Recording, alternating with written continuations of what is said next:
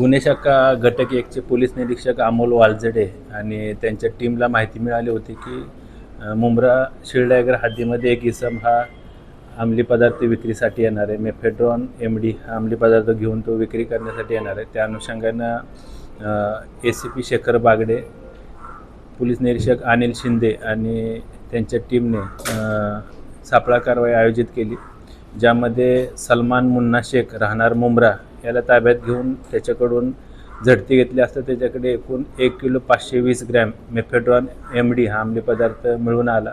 कायदेशीर कारवाई करून त्याला अटक करण्यात आलेली आहे.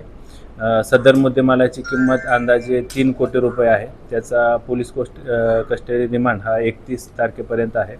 यापूर्वी सलमान शेखवर एक IPC 307 अन्वये गुन्हा दाखल आहे. सदर गुन्ह्याच्या तपासामध्ये सलमान शेखनं हा MD मेफेड्रॉन अंमली पदार्थ ज्या व्यक्तीकडून घेतला होता किंवा ज्या व्यक्तीकडून त्यानं परचेस केला होता तो व्यक्ती देखील तपासामध्ये निष्पन्न झालेला आहे. त्याच्याकडे आम्ही अधिक तपास करत आहोत. त्याचबरोबर तो MD मेफेड्रॉन अंमली पदार्थ कोणाला विक्री करणार होता या अनुषंगाने देखील आमचा तपास सुरू आहे. आरोपीवर यापूर्वी एक 307 खुनाच्या प्रयत्नाचा गुन्हा दाखल आहे. पूर्वी त्याच्यावर ड्रगच्या अनुषंगाने किंवा NDPS कायद्यान्वये काही गुन्हे दाखल नाहीत, परंतु NDPSच्या या ड्रग पेडलिंगमध्ये किंवा ड्रगच्या खरेदी विक्रीमध्ये त्याचा सहभाग असल्याचं निष्पन्न झाले.